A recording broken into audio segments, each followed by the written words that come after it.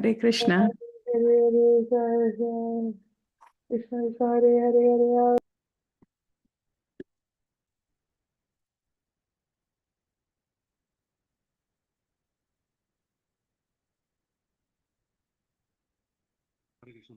You can start, Prabhu.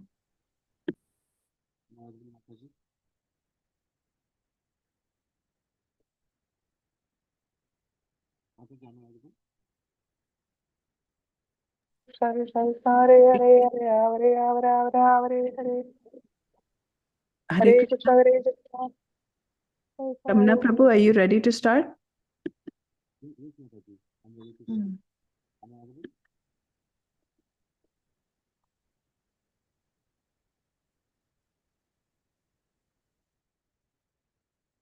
What happened?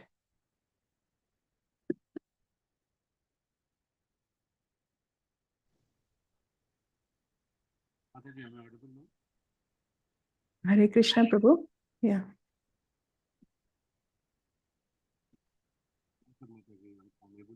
Are you able to start reading, Prabhu?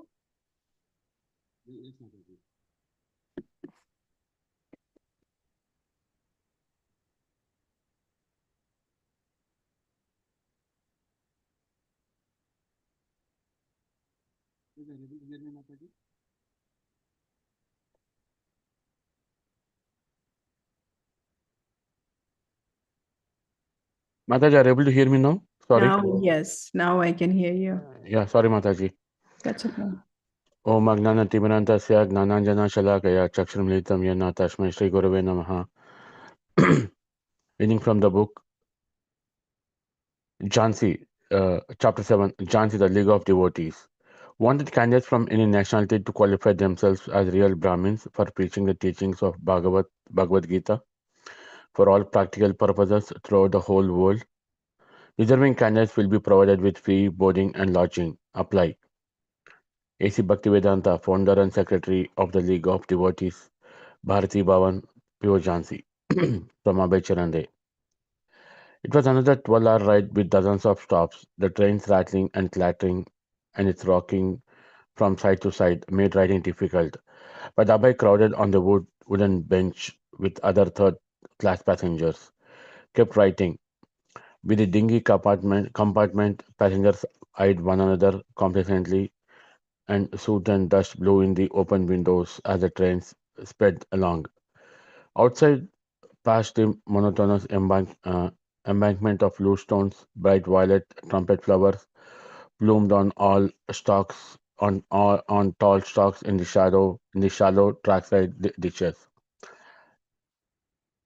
Water buffalo and oxen grazed in the distance or sometimes pulled a plough before a solitary farmer. Abhay was going to Jhansi, not for business, but for preaching. 1 month before, in October of 1952, when Abhay had visited Jhansi on business, Mr. Dubey, a customer and owner of Jhansi Hospital, had invited him to lecture at the Gita Mandir. Many Jhansi people appreciated things religiously on humanitarian, whether from Vaishnavas, Theosophists, Mayavadis, politicians, or whatever. They regarded almost any path as dharma as long as it showed some edifying pity on or tended towards the public welfare. Mr. Dubey had read with interest several issues of Back to Godhead and had therefore requested Abhay to speak. Abhay had eager and he had found keen interest among the audience of more than 100 people, many of them young medical students and graduates from the local Ayurvedic college. Abhay was 56, and his commanding presentation of Krishna consciousness has impressed the young religious-minded people of Jhansi. 25-year-old Prabhakar Mishra, principal of the Vedanta Sanskrit College and head medical officer of the Jhansi Ayurvedic University, saw that Abhay was very forceful in his desire to spread Krishna consciousness. Dr. Mishra regarded him as a kind guru, although dressed in white. He is a humble person, he thought, a real sadhu. Short and stocky, Dr. Shastri, just beginning his career in Ayurvedic medicine, was an active young man, fascinated by Abhay's purity and his vision of world movement for distributing India's culture. Older men like tall, suave Ramchandra Haiharan Mitra, a utensil shopkeeper who wrote poetry and wore a white Nehru cap, Also wanted to learn about Lord Chaitanya from Abhay. Dr. Malik, who was the Gita Mandir secretary, and Dr. Siddhi from the university, along with their wives, had sincerely approached Abhay after his talk and asked him to please visit to Jhansi again. Abhay had come to them not as a pharmaceutical salesman or a man with family concerns, but purely as a devotee of Lord Chaitanya Mahaprabhu. Although the specific applications of Krishna consciousness as given by Srila Bhakti Siddhanta Saraswati were new to his audience, these teachings had interested them. And the more Abhay had expressed these teachings and spoken of his ambitions for spreading Krishna's message, the more his hearers had encouraged him. Several of them had suggested he conduct his mission in Jhansi, and they had promised to help him. Dr. Shastri had even invited Abhay to come to live with him. He would introduce Abhay to important citizens and arrange for lectures in the various meeting places of Jhansi.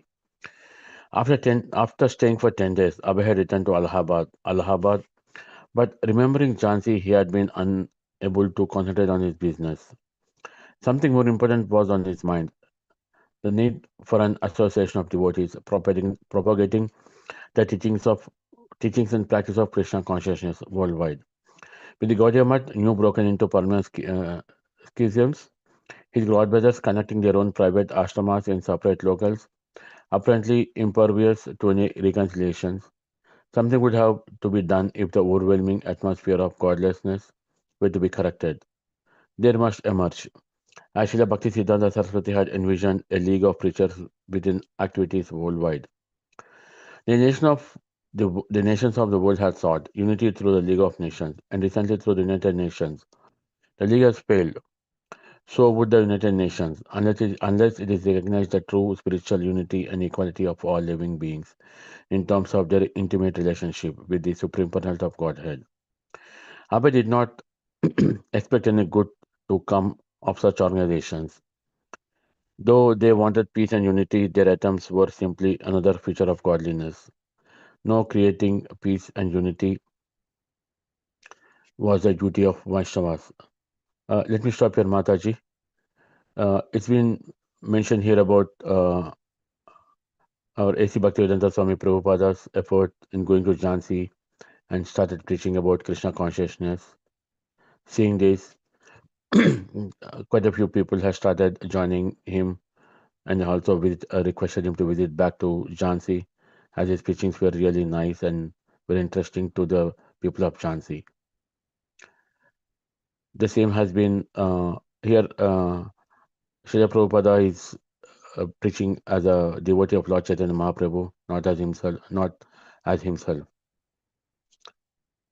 Even though he went back to his hometown, he was still remembering Jhansi, but not on a business, more on the devotional side of the preachings.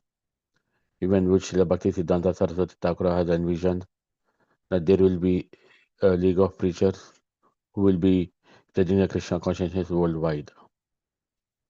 Uh,